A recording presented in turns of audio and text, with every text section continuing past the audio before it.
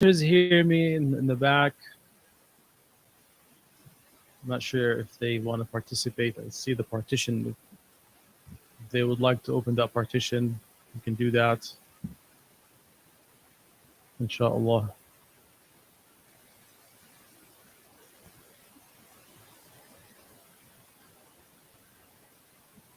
Bismillah, alhamdulillah, wassalatu wassalamu ala rasulillah. Okay, so today, one of the suggested topics that was raised to discuss is what is the real job for a parent? What is parenting really about? And so it's an intriguing question, and many of you know I'm a child psychiatrist, so I deal with parents all the time, and this is not a lecture. This is not a therapy session. This is not where I figure out how to heal your child's screen addiction. It's not here. This is more like a healing circle. Think about it this way. Like, this is a healing circle. Okay. So it's room for all of us to hopefully feel safe to talk about how difficult it is the job to be a parent and what can be done about it. So I'll talk for like maybe half an hour, and then we can open it for conversation to make it a circle. So I hope you feel included. I hope you feel safe, and inshallah, let's participate and make the best out of it, inshallah. Okay, so I think one of the ways to answer this question, like what is the role of the parent, is to understand what is a child, right? Right? وَالشَّيْءُ بِالشَّيْءِ يُعَرِّفُ, right? If you understand what the child is, maybe you can start to unpack what a parent should do. And one of the ways to answer what is a child, right? The basic definition is this is a developing human being, insan. This is a person who will grow one day and become an independent, functioning adult. And you, as a parent, you were given this responsibility to make the best of what you have. It's a big responsibility if you think about it. Think about people in your lives. All of us, we have people who are functioning adults. Nobody's perfect, but like, they're functioning. They go to work, they have a job, they have families. They're doing okay. And think about people who are not functional in your life. Adults who are dysfunctional, who are struggling for some reason. And if you dig a little deeper, you might find that many times there was some kind of hidden secret in the family. There's some kind of trouble in the parenting, in the environment. And this is not to shame or to blame or to diagnose or pathologize. It's okay. Like I said, nobody is perfect, and we've been all through adversity. And it's okay to go through adversity. We acknowledge that, we work with it, not to ostracize people who've been traumatized and to say, tough luck. No, to say we've all had some kind of trauma in our lives. We've all had some kind of trauma, and it's okay to work through the trauma and to make the best of what we have, inshallah. So this child, this developing human being that was, given to you in this life, is ever developing and ever growing. And your response to this growth is really important to shape how this child grows. So think about little babies, okay, tiny little babies. These babies, they're like a few months old. They wake you up at night. They want to eat all the time. You have to change diapers. They poop and they pee. Sometimes they pee on the couch, and sometimes they pee on you, right? And you laugh about it. You say, it's so cute. Oh my God, so cute. And you kiss their feet, these little babies, right? And then, they're growing emotionally and physically, and suddenly they're 5 or 6 or 7, And now your responses as a parent change. Suddenly you're not saying, oh, it's so cute.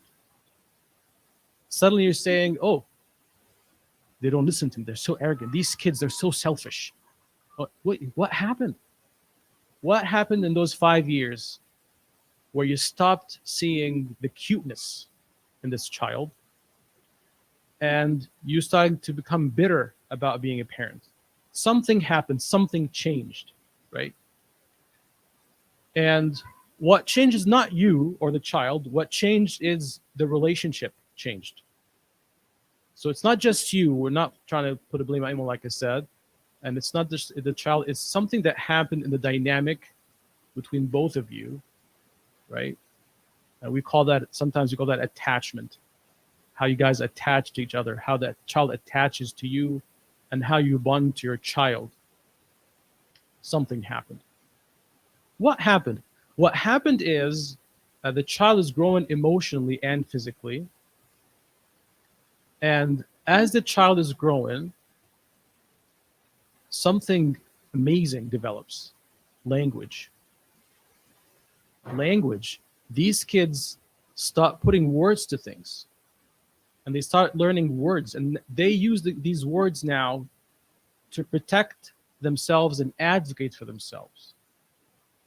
You see, if the 6 months infant had language, that 6 months would say, wake up, I'm more important than you. Who do you think you are? Wake up and feed me. I'm only 6 months old. If you're not going to wake up and feed me, I'm going to get dehydrated. What's wrong with you? Wake up and feed me. Come on. Be responsible. Be an adult. Right? That's what the 6 months old would say if they had the language. But now the 5-year-old now has the language, and now they tell you how they feel. So now the question is, what are your responses to this child, this baby, who is 6, 7, 8, 9? They're growing teenagers now, right? What controls your responses? What guides your responses? How do you respond? Where does that come from?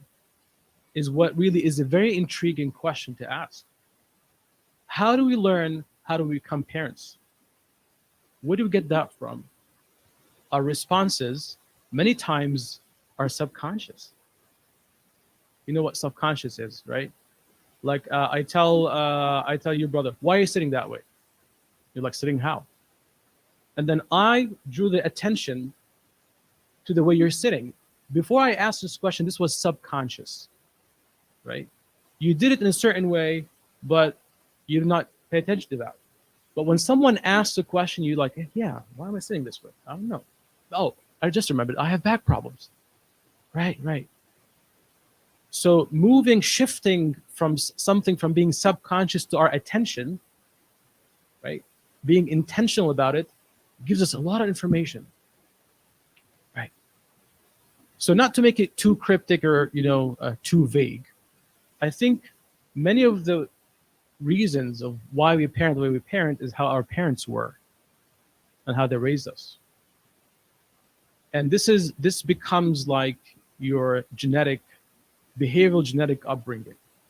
You know how the DNA, the genes dictate your color of your eyes or how tall you are, right? Or your eyes, or what a lot of biological traits are dictated through the genes, right? Your DNA, right?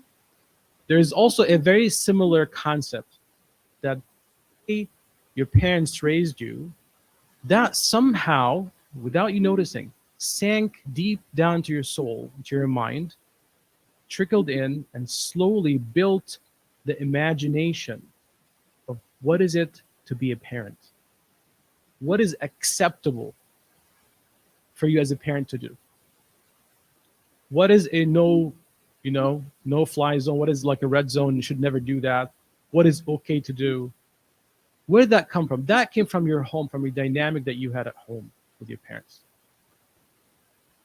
So if that was a violent environment, and that involved a lot of physical handling for kids, for children, a lot of slapping, a lot of smacking, a lot of physical handling, you will find yourself drawn to physically handle children and to parent maybe a little more aggressively.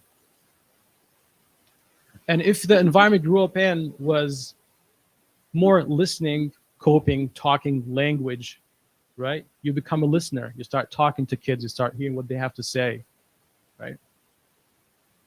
Now, why is this important? This is important, very important, because if there's a trauma in the family, some kind of trauma, something bad happened to the family, to the older generations, your grandfathers, my grandfathers, something bad happened long time ago in the family. Hey, check this out. It doesn't go away. It doesn't go away. It gets transmitted to the generations. Trauma trickles down from the forefathers and the grandfathers to the grandkids. It goes down. And we call that transgenerational trauma or generational trauma or intergenerational trauma. What?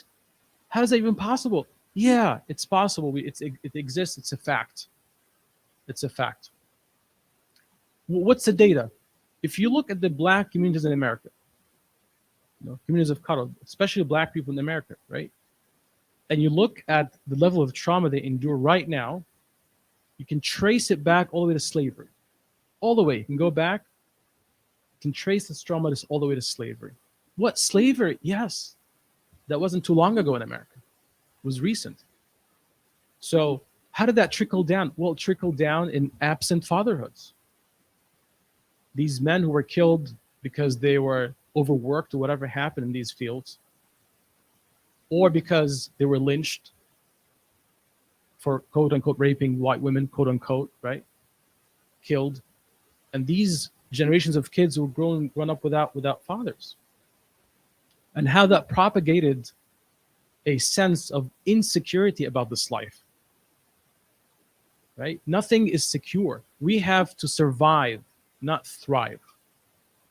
So if you have to survive and not thrive, your mind is going to be in a fight or flight mode all the time. You're going to have to worry about where the next meal is coming from. This is not going to allow you the space to play. Kids want to play. It's part of who they are, what they do. They play. They seek pleasure. They want to have fun. And if you're flat and if you're sad and you're stressed out, and if you're worried about what's going to happen to you, you're not going to have this, latitude to engage those children the way they should be engaged. So lo and behold, these kids are growing in an environment where they feel that playing is just luxury. It's not something that I can do. It's not something that is necessary. We don't play like that. That's silly. Don't be silly. We have to be serious about things. Don't be so silly. And that trickles down. They parent the kids that way. So this is not just what happened just to the black communities in America. It also applies to many of us as immigrants. A lot of us as immigrants, we have our own traumas. Slavery, colonization, immigration, right? Displacement. As a Palestinian myself, I have to grapple with my own trauma of being dispossessed and colonized and being an immigrant and being a refugee. A Palestinian who's never been to Palestine ever. This is who I am, right? This is traumatic. Identity. Who am I really? Who am I? And that applies to many of us. If you think about our history as immigrants, as refugees, we've had traumas in our lives. And it might trickle down to our children. So then the job of the parent in those circumstances is to do what? It's to stop it and say, no, this stops here. This stops with me. I'm not going to be a vehicle for this trauma to keep trickling down from the forefathers to my kids. I'm going to stop it right here, right now in its tracks. It will not find its way to my children or to my grandchildren. What does that mean, though? What do you do? How do you practically do that? Well, there's a formula for that. And there's a way that this happens, right? So one of the most important tasks for children to learn is how to regulate their emotions. We call that emotion regulation, right? When you have intense emotions, when you have bad feelings, how do you control it? How do you regulate yourself? Because kids have temper tantrums all the time. They can get upset, they can get angry, they can throw things, they can yell, they can scream, they can say, I hate you, right? They can say all kinds of things because they're kids and they're learning how to control their emotions and their feelings. When they're like that, when they're doing those difficult behaviors, they can happen in two kind of different circumstances. It can happen just on their own within their own struggle. So they failed an exam or they lost a game, something about them, personal lives. They fell, they hit their knee, something about them. And that is easier to regulate. That is easier to support. It'll be okay, inshallah. Don't worry about it. And now, if you're really angry, you'll say it's your fault. You did that to yourself, but that's very mean. Don't do it, right? But that means you're really stressed out as a parent. Because check the next one. The next one is it can happen in a conflict with you as a parent, and this is the most challenging one to control and regulate, right? Um, you know, I'm reminded of the story in the Prophet's Sirah salam, where a man came to him and he said, "Rasulullah, murli bizdina." Make zina halal for me, make it halal. Think about this person as acting on a whim, on an impulse, right? Pleasure. He wants a pleasurable experience. He wants pleasure, like just like a little kid wants pleasure, right? And he came to the Prophet ﷺ. The Prophet ﷺ did not scold him and say, "Fear Allah, what are you talking about? Fear Allah, stop it, don't do it. Have manners, be a better person. Think about the akhirah. Think about what are you doing? Get it together. Get yourself together. Don't do that." Right? None of that stuff. He sat him sallallahu and he asked him, "Would you like that to happen to your sister? Would you like that to happen to your mom? Would you like that to happen to your family?" Right? And he put his hand on his chest, sallallahu and said, "Allahumma tahir qalbaha wa hassan farjah." What happened? A magic happened here. This is what you call co-regulation. Emotional co-regulation. What does that mean? It means that the other individual is in distress, and this distress involves you. I don't like you, Dad. I don't like your mom. You're always unfair. You like my siblings better than you like me. How come every time I ask for this, you say no? Right? This is a direct confrontation. The man came. He said, "Murli bizina," right? It's a confrontation with authority. So how do you co-regulate? What does that mean? It means that at the same time, you're regulating yourself and your kids at the same time. You're paying attention to your own emotional responses, how you're feeling from the inside, and you're keeping that in check. And at the same time, trying to soothe the other person while you do that. And that's important. That's kind of key. And this is the missing part that goes out of the window when there's trauma that gets passed down through the generations. When there's generational trauma, your kid, I don't know, like yells at you, spits at you, throws something at you, right?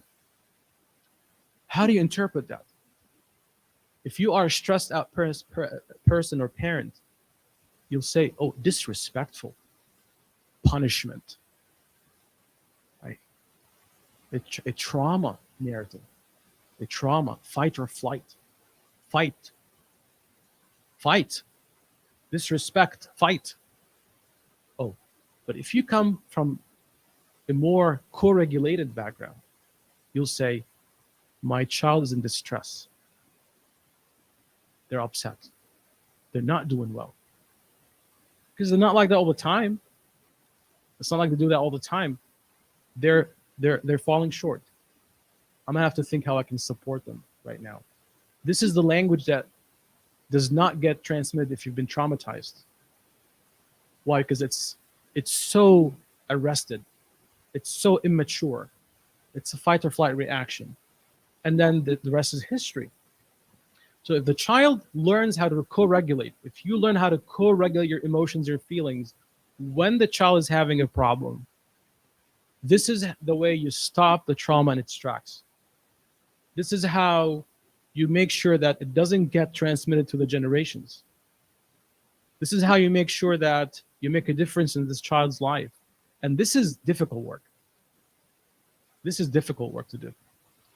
And many times we have to support each other to have conversations about how do I do that? How do I even do that? Sometimes when we're struggling with our responsibilities, we can't do things. We weaponize our rights. Where are my rights? I have to be respected. I have to be honored as a parent. Uquq.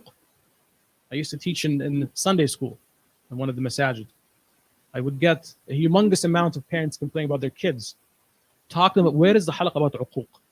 Show me their curriculum. There should be a class about uquq. Please, my kid does not listen to me. Right? So when you are falling short in your responsibilities as a parent, you can't bond with a child. You can't co-regulate. You can't spend time to hug or read a story or go for a walk or go for a bike or share a meal or tell a joke. And you can't do that. You start talking about respect. Where are my rights? You weaponize your rights if you're unable to achieve your responsibilities. So this is important to realize because, like I said, this is how you kind of stop the trauma in its tracks, and this is how you make sure that you hopefully have a different outcome from there.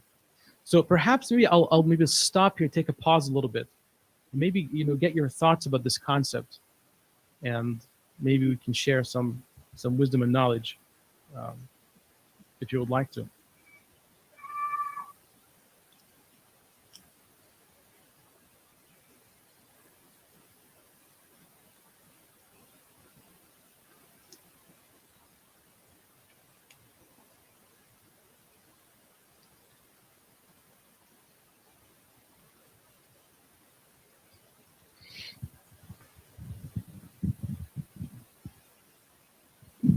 Assalamu alaikum. Salam. What you just said it's true. It's something that it goes through every father's heart, and think about it for a while.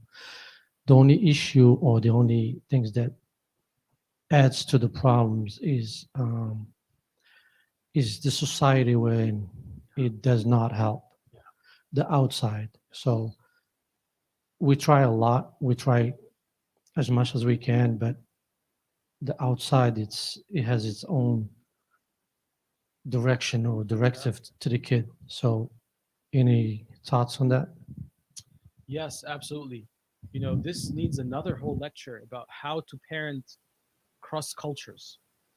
How to, I think we had one time we had a seminar about that in Huda Masjid, I think, a number of years back before the pandemic. But you're absolutely right. I think part of, I don't claim to have all the answers, but part of the answer is a community, right? So there's something called, in psychology, called minority stress, right? So kids feel that when they go to school.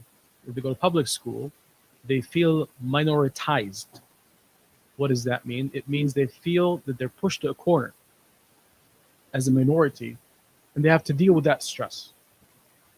So how they deal with that stress? Different ways. Some might start vaping. Some might start smoking. Some might start wanting to date. Some might start wanting to, I don't know, all kinds of stuff, just to fit in and to not feel diminished, not to feel minoritized.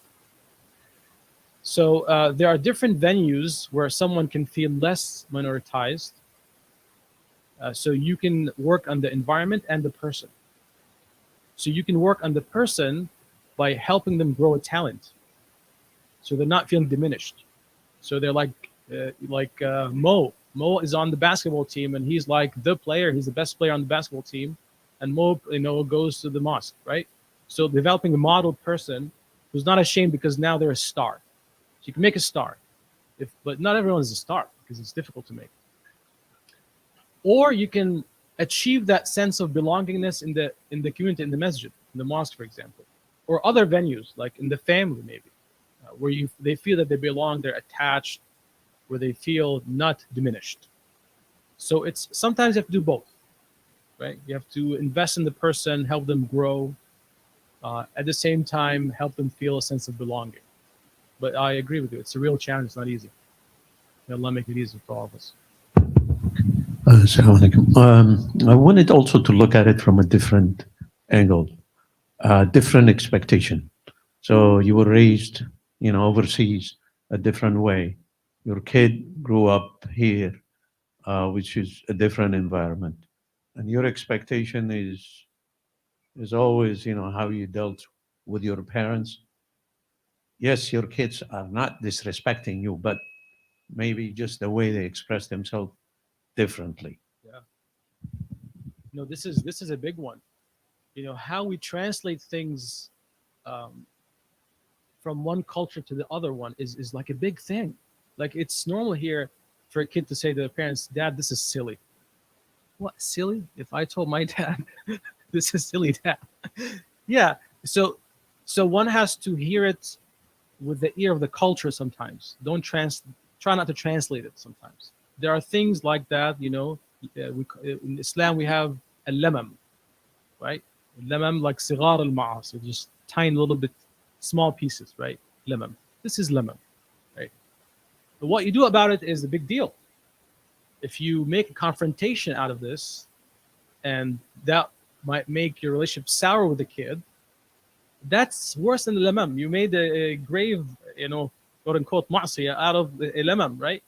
So it's important to address things in the right proportionality. I think that's important.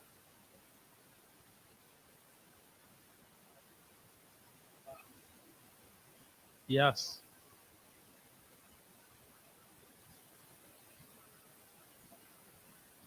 Yeah. There are a lot of battles, I tell you that. You gotta pick very wisely. Yeah. Anything else comes to mind? You know, from maybe people who've been through the parenting journey. Can you share maybe something that worked for you, or like I said, it's a healing circle, so we can all learn from each other. It's not a lecture. Any wisdom you can share with us, we can learn from. I can learn from you. Please share.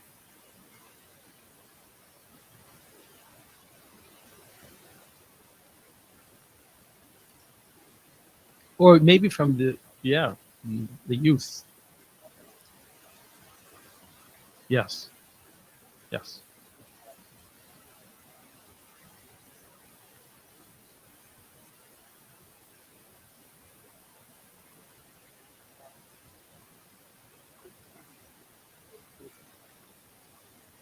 Yeah.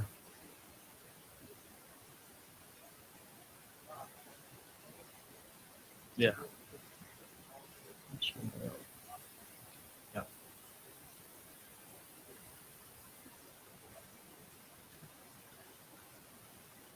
Yeah. That's great. It's good that we have models, um, for kids in the community. It's important to have role models and mentorship and friendship. Someone that you can go to and ask questions. Or yeah, we as I mean, there are a lot of challenges to parent as an immigrant person, right? And but quite frankly, so I'm an immigrant myself. I came to the U.S. when I was 27, and I still struggle to understand the culture and to understand what things mean sometimes. Um, why? I didn't grow up here. I don't know what these things are, really. Um, things that little kids do. I still have to learn some of these cultural nuances. So I can imagine how estranged I would be from my children because I still don't understand what they're going through. So there's a gap, not just a generational gap. There's a cultural gap, and we need someone to liaison this gap, to bridge that gap. And these people are people who've been able to grow here, understand the culture, and maintain their identity. They're not just role models or youth or the message in the group. No, these are actually shining stars. And if I know there are people like that in the community, I would hire them in the mosque and just pay them a wage and say, you are the culture liaison for the younger kids in the masjid, in the community. You made it. I don't know how you made it because I'm an immigrant. I don't know how you did it. I didn't do it. Teach me how to do it. Teach the other kids how to go through this. Right? I did not grow up at a time where weed was so common, where many of your friends can smoke weed, and these are like the smart, good kids might be smoking weed. I didn't grow up. This was not my environment growing up. Yeah, I can give some advice about what to do, but like the emotional burden of feeling isolated and ostracized, it's a heavy burden. So I'll share some, but I want that youth person to actually lead the way and tell us how to do it. Yeah, like I think this is another like a conversation for a different day. But like growing up, youth who become imams in this country is important. Like I listen to all kind of speakers and imams, but those who grew up in this culture, they hit differently. They resonate with the youth a little differently. Like I listen to Suhaib Webb sometimes, and it took me a while to kind of accept him as like a leader, because I always thought there was something off about how he preaches, about how he talks about Islam. Like, what is this? Why does he talk like that? Right? I didn't grow up listening to that stuff, right? But then you grow and you learn and you say, this is the culture, man. He's talking Islam and the American culture. This is how people talk. Like the Prophet ﷺ used to talk in people's dialects and accents. I mean, ambiram siyam fin safar. This famous, the way the Prophet ﷺ min albir as-siyam fi safar. But there's this tribe who didn't say al-ta'rif, they said am-ta'rif. Right? So he spoke to them in their language and their accent. This is what it is. What was alien to my ear was that I had not learned the culture yet. And people who grow up in this culture, they can transmit Islam perhaps in a better way to the younger generations, maybe.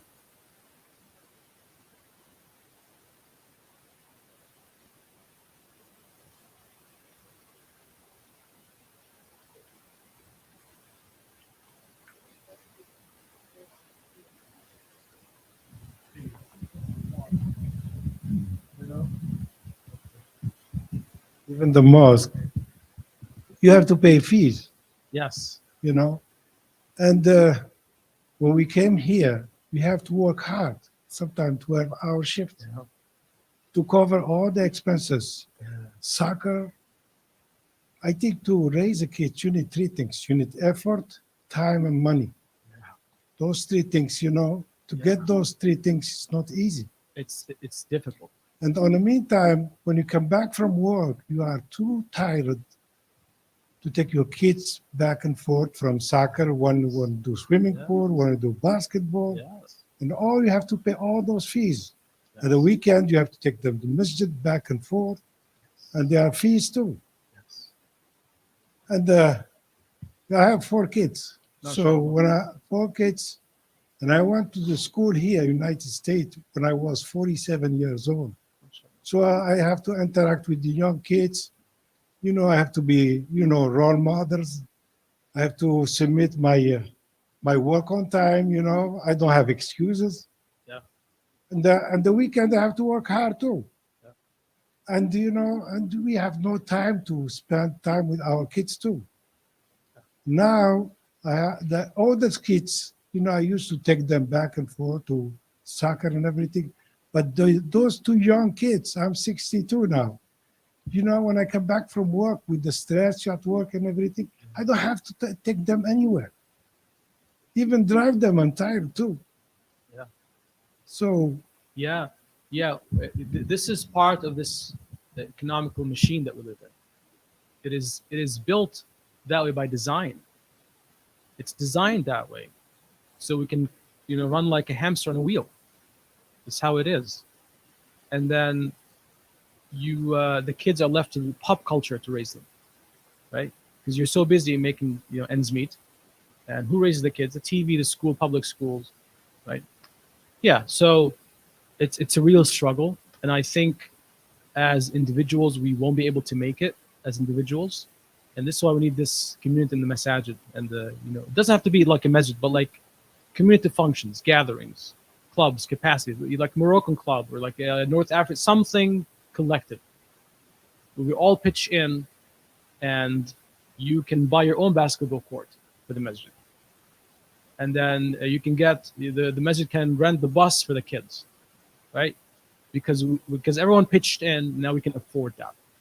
So you build power and wealth in the community, and when you do that, you can actually protect your identity and you can protect the youth.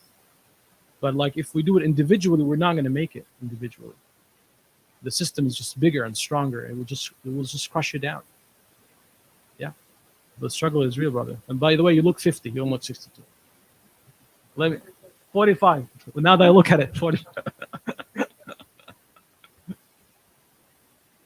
But the struggle is real. Yeah.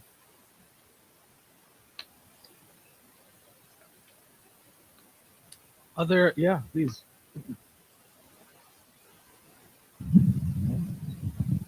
Assalamu alaikum wa rahmatullah. Do you think taking kids back home from, every 2, 3 years help them a lot, like 3 months, because they get together with the family, they get together with other kids from other, culture and. Like any other, similar question, it's complicated because first of all, it's very expensive, right? So sometimes we talk about things that are like luxury for a lot of people. It's a luxury that someone can actually afford to do that. Especially if you have a big family, if you have like 4 or 5 kids, want to take them back at the blad, quote unquote, the blad, take them back home. It's expensive. Right? What's that? Yeah, and then you have to get gifts. Yes, and then the gifts will not fit in the luggage. You have to pay extra, right? And then the kids are gonna go shopping there too, so it's gonna be very, very expensive. So like class and social economical status, this all kind of has to be plugged in this picture, right? And the other piece is, how do the kids feel about it? So why am I doing this? I have to ask myself this question.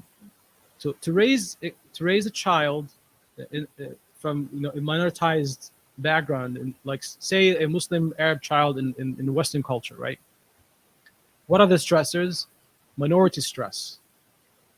How to remedy that? A sense of community. They have to belong somewhere. They have to feel empowered, right? The masjid is holding a camp, a 1-week camp trip with MSA that summer. This might be better than going home to the blad, because this is more integration, more strengthening of this American Muslim identity. They're going to learn so much, how to make it, how to survive, how to be able to be there, right? But taking them to the blad, you're taking them out of this environment, putting them somewhere alien. It might help. Maybe they want to do it, right? So I think we have to weigh the pros and cons. I don't think there's it's not a black or white thing. For some people, it might work. For others, it doesn't. But some people like it. Like some youth go and find the connection. They go and I've seen youth go to the Azhar, visit Egypt, visit Azhar, feel like, oh, this is where I belong. I want to come back here. When I graduate high school and become, an Azhari. I've seen people succeed like that. It's amazing when that happens. So I think I would, individualize this answer depending on people's circumstance. Long. So,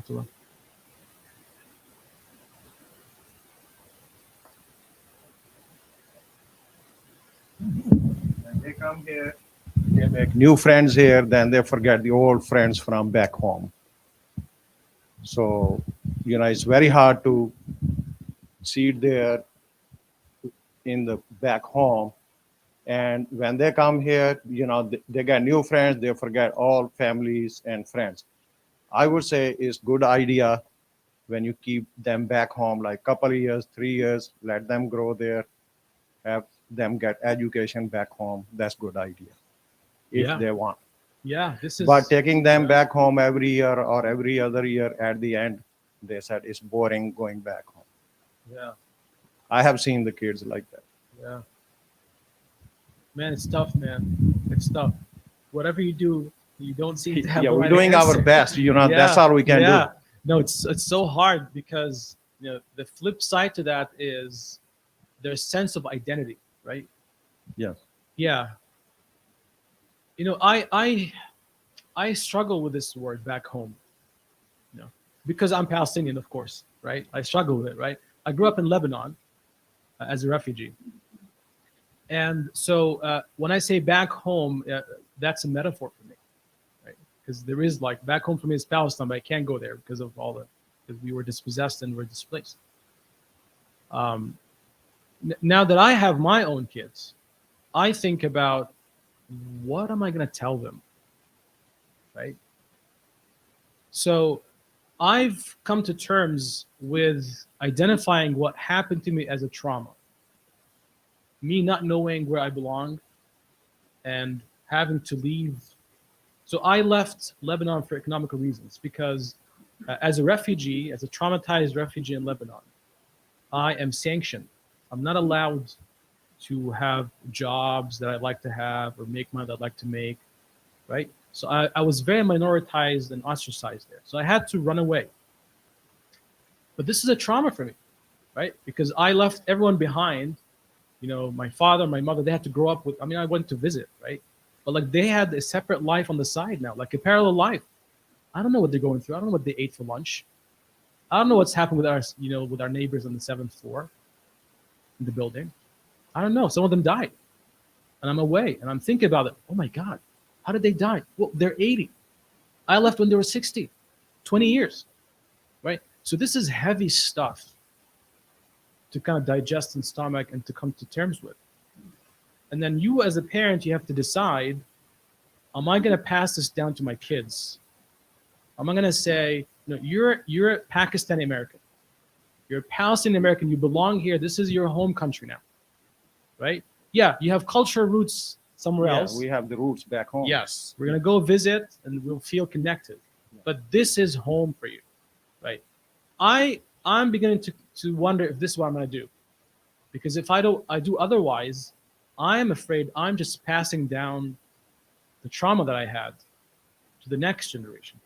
You know what I'm saying? Yeah, yeah. Yeah. And I'm comfortable opening about myself because this is a circle. So I am comfortable feeling vulnerable enough to kind of talk about this. And it's not a secret. People know that about my life. So these, like I said, these are difficult conversations. Yeah.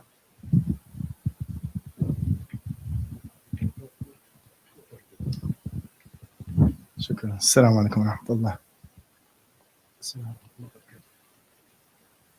So, we still have that problem between the youth, the new generation, and the older generation. And as you said, there's a gap. And that gap is because of the culture. The youth are going through something called, I don't know, psychology. It's acculturation. They are lived in this culture from the beginning of their life. Yes.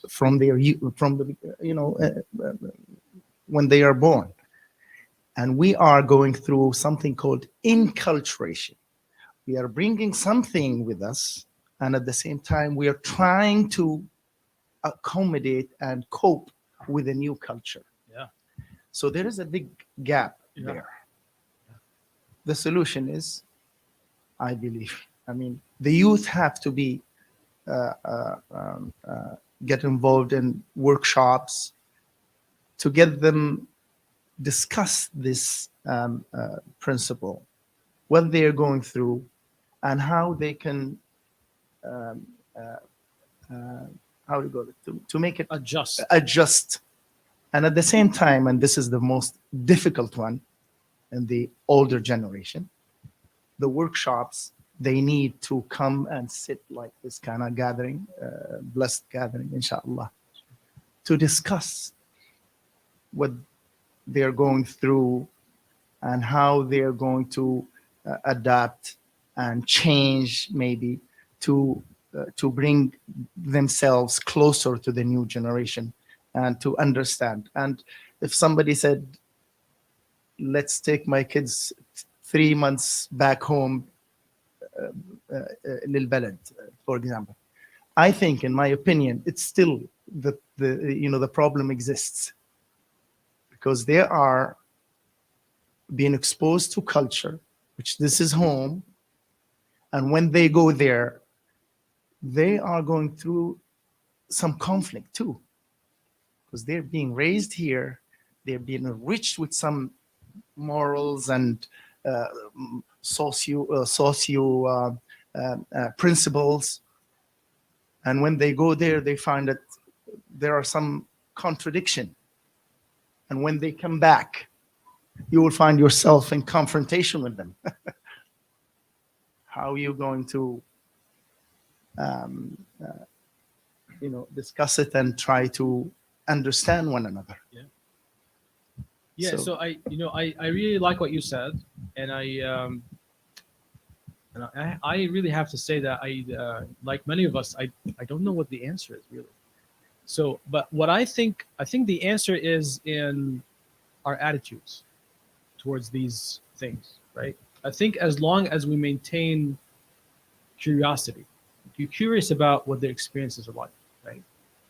As long as we're not like imposing a certain agenda, a certain feeling on their life experiences, like respecting their subjectivity, respecting that they are individuals of their own, person, and they can have their own feelings and thoughts about things. We can respect that. We can honor that. We can have a conversation about it. We can be curious about their experiences, not shutting them down. Because a lot of times there is shutting down that takes place. You went there to back home. Dad, that was boring. عيب عليك. Boring. ده جدك. عيب عليك. What are you doing? You went to your grandma's house. You say it's boring. The masajid there. You say it's boring. This is where the Sahaba walk. Ya habibi, ya habibi. This is lemam. Okay, don't make confrontation out of it. Right? This is a kid. This is a child. Right? So I think it's important to like co-regulate. When these conversations get difficult, we have to go back to the essence of how co-regulation takes place. They talk about their feelings, I listen, I regulate my feelings, right? And I have to accept that this is my feelings, not their life experience, right? Some place that was magical for you could be boring for a child. And that's okay. That's not an insult, right? Again, if you come from a child background, you will interpret that as disrespectful, right? Like, this is where I walk. My 4 grandfathers walked in the street. It's holy. You can't be boring. Well, it's boring for your kid. It really is. For a lot of other kids, maybe too. So, but don't personalize that and make it, make confrontation out of it. But co-regulate and stay curious about it, I think.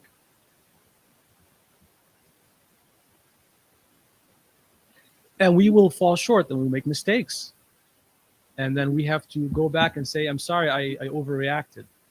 And that's okay to do. So that's not, nobody's perfect. You're going to yell sometimes. You're going to lose it. And then you're going to say, what did just happen? That was messed up what I just did. This kid just told me how they felt. So you go back and say, hey, I'm not sure why I did that. Maybe I was upset or something. But I think we should talk about this. I'm glad you told me how you felt. Let's sit down and talk about this. You tell me what was boring about this neighborhood that you felt was very boring for you.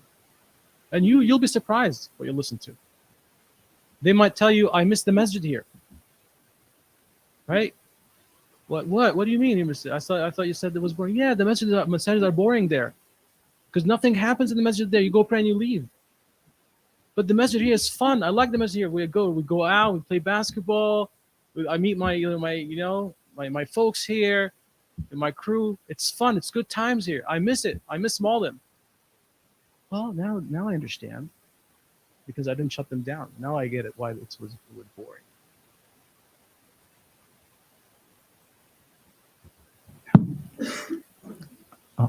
Is it okay if I? Bismillah, I didn't see you. Assalamu alaikum, by the way. Salam. Thank you so much. I mean, for. Oh, thank you. So yeah, thank you so much for allowing a lot of time for people to just ask questions, and it feels like a real workshop and learning from each other, which is a great way. Alhamdulillah.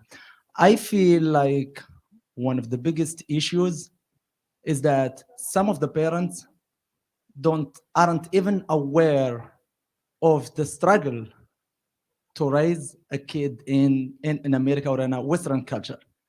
There is a huge heedlessness.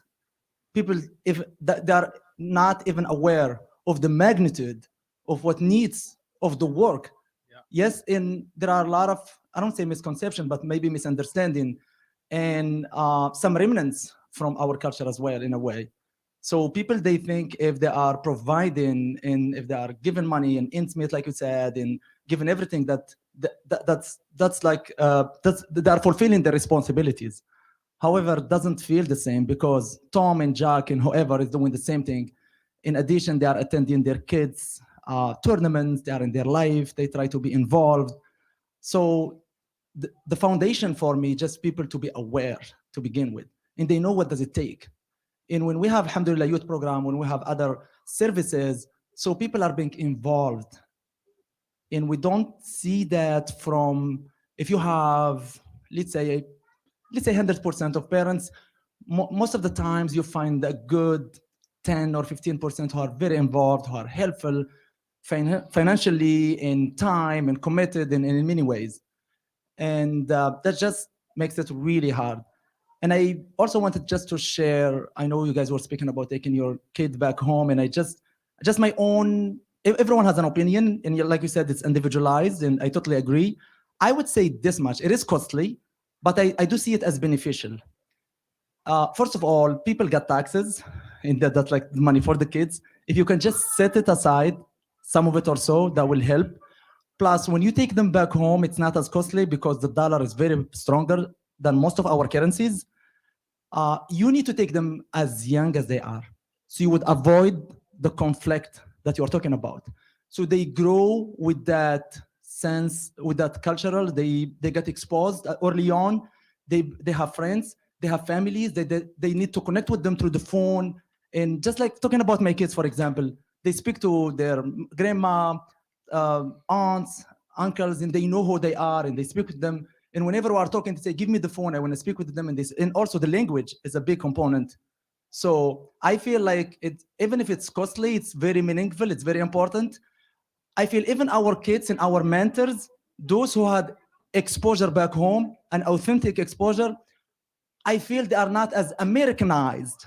They live here, they understand what's America, like you said, I myself still struggling to really get what does it mean to, what does it mean to be, or to understand American culture. However, those people, they just feel to me that they have an advantage. And they have the American side because they grew up here, and also some exposure. And that gives like a good foundation, if you want to say, in terms of, that set them aside from others, and also give them an advantage to grow and succeed as like Muslim. And a lot of times, I know it's hard talking about whether they struggle with their Islamic or with their identity or not. That's hard. But just, I mean, the hope is that for people to understand the magnitude, to participate in the mosque, to know the commitment, to be as helpful as they are, and also understanding, because one of the issues we face here as like mentors and youth leaders is sometimes some backlash with our own people, because this place or the center, I mean, it's not only a mosque, it's a place where to interact and raise kids, and we're going to be patient.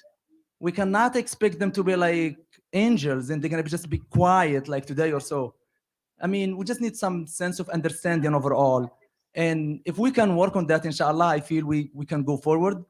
And jazakumullah khair. Sorry if I took so long. No, that's good.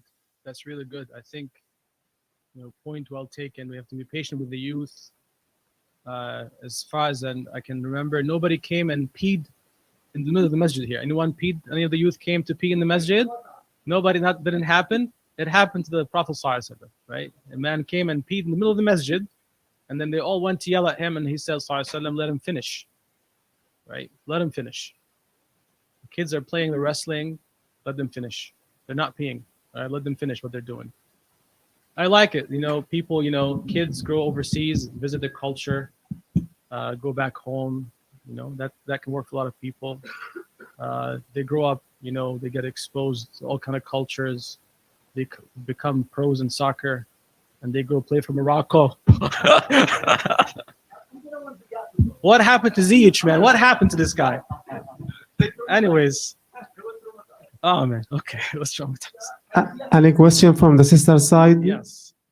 Sister side, any question? The guy is talking? Do you have the microphone? Sisters, do you have a microphone? They don't want to talk. They don't want to talk. I'll speak on their behalf. Uh, No, I'm kidding. Five. So what's the prompt? I'm kidding. Bismillah ar-Rahman ar-Rahim. So basically, from my personal experience, I was born in the US in Boston, but then I moved back to Syria when I was maybe like 6, and I lived there till I was 12 or 13. And that, like what she was talking about, it's something it shaped me up, like it helped in shaping me up a lot, being raised back home for, I would say probably the most crucial time of your life, between 8 and, even your teen years. I probably would have been a different person if I stayed there till 18. But I think it was really good to get that, that the strength in the language, the culture, even this is one thing that's really important because I work with youth now, is you get to see, subhanAllah, that kids back home, or kids who are not raised in luxury, if we're going to say here, it's different type of luxuries everywhere, but the kids that are raised in this type of luxury, they're kind of younger than their age, or you would say kids back home are older than to their age. You'll find probably like, a girl who's probably like 10 or 11 taking care of her brother that's a baby. But here you'll find maybe a 17-year-old not being able to take care of a baby.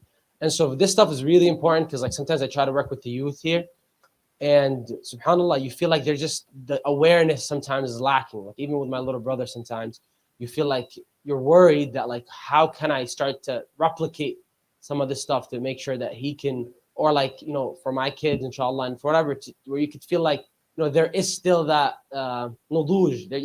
We are aware that there's more to the world than just Malden, especially for people who are raised in like, high schools and stuff. You don't realize how big the world is till like way later. You go to college and you start to really see like, oh wow, college is really different than Malden High School. And then, but when you go back home, for some reason, you realize like there's a lot, and you don't really mean much because like, you get stepped on too much.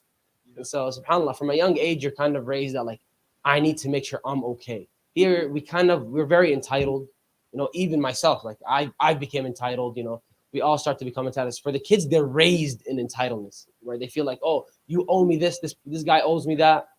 That's one aspect. And one more thing I want to add, subhanAllah, is, the concept where you can, it takes a village, or it takes, a community to raise a child.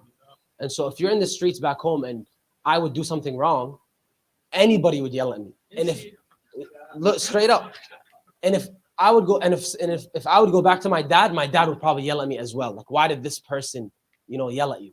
Here, it's to the point where like, you don't trust the outside world, that you feel so protective over your child. If somebody yelled at your child, why did they yell at you? You're actually kind of now concerned because you don't trust even the teacher at some points. Like, are you right, or is the teacher right? Back home, if the teacher just showed my dad he's a little upset, my dad would, you just know what's going on at home.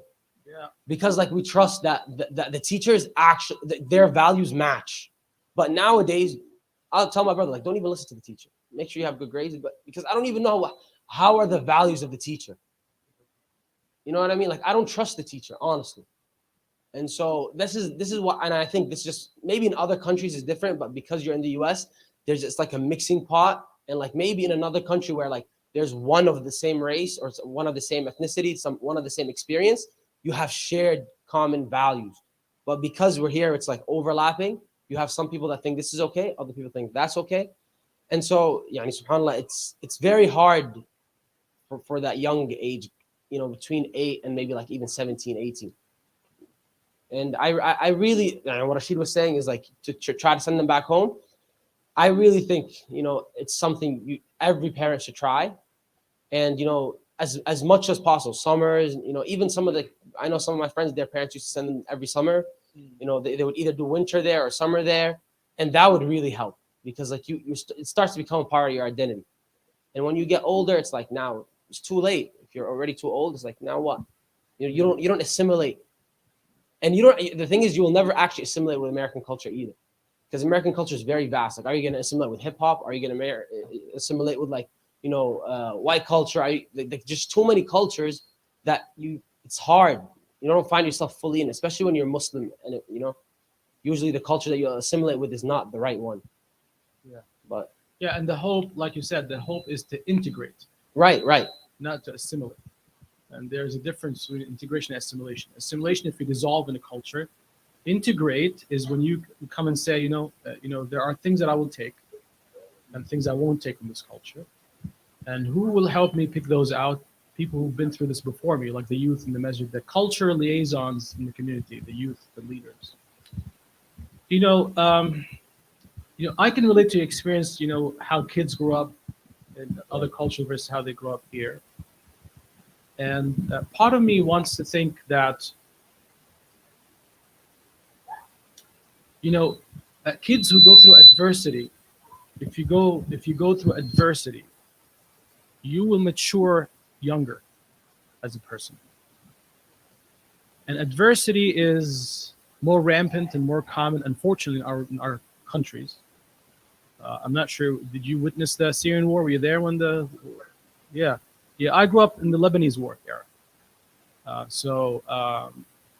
And like the first 10 years of my life were just war. We had to go jump one place to the other, run to the shelter, bombs flying everywhere. It was scary, right?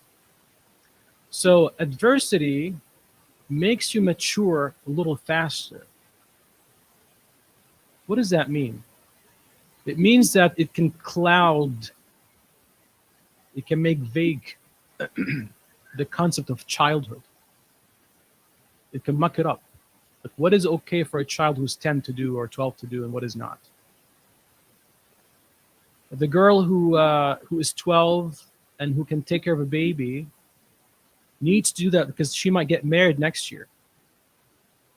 And she might have her own baby. Why? Because of poverty.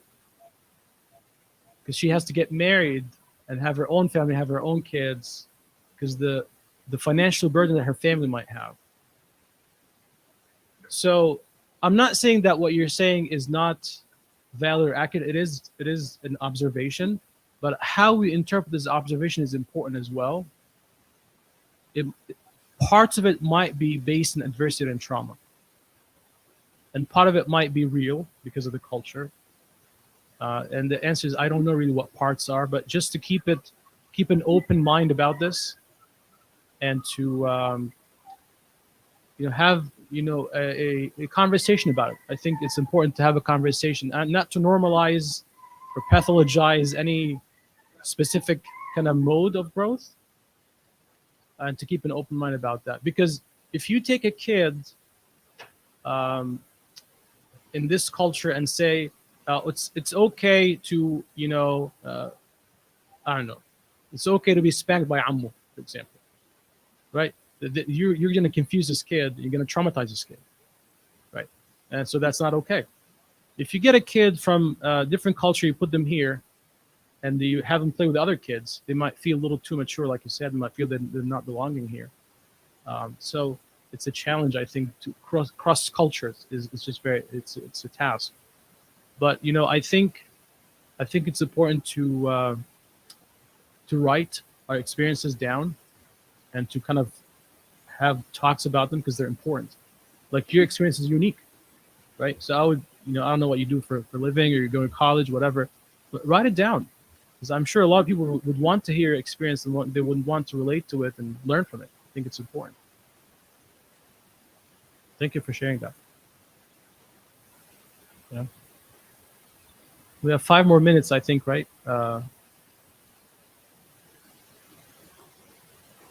Look at the co-regulation happening there. That's co-regulation. That's it. Sorry, I don't want to point fingers. I'll pull my hand. Ladies and gentlemen, this is co-regulation in action. Right? The kids are having a bad time, and we just give them a hug and say it's okay. It might not last for too long, but good co-regulation. Assalamu alaikum. Jazakallah. Thank you for doing this. I'm definitely learning a lot myself, and I'm only 26. I'm not a parent yet. But I was originally born in Afghanistan, and then similar to you, after the war, my family moved to Pakistan, then Russia, then United States. Yep. And I think I want to add something different. All the points that were made were really good and I resonated, but one of the biggest struggles for me growing up was I had a very hard time tying anything good to our culture. Wow. Because all I saw was the troubles and the war. And to be honest with you, I had a very hard time doing that up until I met Dia in college. Before that, I thought, yes, him. Before that, I thought it was just rules and this strict culture where I lived like a double life almost. Yeah. But now I've completely changed. And I think all the beauty is on this side, you know? So I think what's very, very important is to constantly remind the youth of how much we have. You know, the best soccer player in the world right now is a Muslim, Karim Benzema. The Moroccan national team is doing good. That's for the youth. And then also, historically speaking, we've done so much great that I didn't know about. I didn't know about the things we've done with science. I didn't know what things we've done with math. I didn't know what things we've done with business. And these are all things that once I learned and I looked into it myself and I became proud, it made me want to learn more. And then when I learned more, it made me attached to my culture. I've always had a good relationship with my religion, but I'm talking about the culture in the sense of like, you know, how we dress and how we talk, and the fact that like for us, we're a little more strict back in Afghanistan, especially. In Afghanistan, it's not about being right or wrong when you're talking to an adult. It's about looking down and saying yes. In the United States, it's about, there's a little bit more wiggle room, you know, like, but this, but I said that. No, but he did this. Back home, it's like, if you're getting yelled at, shut up, go sit down. Yeah. So these are all things. My main point that I want to make is if we could just remind the youth of all the great things that we've done, historically speaking, and all the great things that our country has. My mom always tells me about Afghanistan back in the day and how much we had. She talks about Iraq. She talks about Iran. She talks about, you know, Libya and Syria before the war. So if we could just remind our kids of all of this, I think they're going to get attached to it. And inshallah, we have more things like Morocco and Karim Benzema and Khabib, so that our kids can also, in today's world, have those things. And inshallah, we'll continue staying close to our culture and be proud of it. But to the youth, it's very, very hard. If the media will never do it. Yeah. Right. No, those guys are not interested in us looking good. Yeah. So we have to go out of our way to make sure that we do. And we have so much that it's not hard once we start doing it. Yeah. No, amazing. Thank you so much. This is beautiful. Okay. Thank you. So any last thoughts, comments before we wrap up for the day? Thank you so much for making, I think this was, One last comment from this young man right here. So I was just gonna say, like, it kind of like depends, like if you want to bond to like a class, it's kind of, it depends on like the students. Like if you have a lot of Muslim kids in your class, then it would be like easy to bond in it. But like if you don't have a lot of Muslim people, then it would be like kind of harder. And then you'd basically have to change just to like be like them. Where'd you go to school? I go in Lafayette School. The public school. What grade you're in? Yeah. I'm in 4th grade. Fourth grade. Look at you. One more year middle school and you'll go to high school. Is that right? How many? Look, what's fourth, fifth, and sixth? Or how many years in middle school? There's 8. I'm getting confused. Okay. All right, man. You're happy? You're happy in your school? You have friends? Yeah. It's good. You have Muslim friends in your school? Yeah. That's awesome. How many you got? How many friends you have? Like 4 Muslim kids. Yeah. And then you come to the masjid here? You Yeah. have fun? You have friends here at the masjid? Mhm. Yeah, that's good. So you can bond here at the masjid, right? If you can't bond maybe that much in school, maybe just get the good grades from school and do the bonding here. Sounds like a plan? Yeah. Awesome. Well, we have one more. I'm sorry. Yeah, Bismillah. What do you guys want to ask? I just want to ask, are you, was this helpful tonight? Yeah, I heard you when I was like playing that area. Yeah, you heard everything? Yeah, Good. So you're happy with what I said? You agree? yeah. I come here sometimes every Saturdays to come and hear your speeches. Alhamdulillah. Alhamdulillah. That's good. I'm glad that you're happy here. You like this masjid? Yeah. You also go to the same school? No, what school do you go to? Huh? I go to Linden Steam Academy, And what grade are you in? 5th grade. MashaAllah. And you come to this masjid. Are you guys friends? I didn't see him before. Now you can be friends. Sure. Yeah, inshallah. Thank you for speaking up. Thank you, man. سبحانك اللهم وبحمدك نشهد ان لا اله الا انت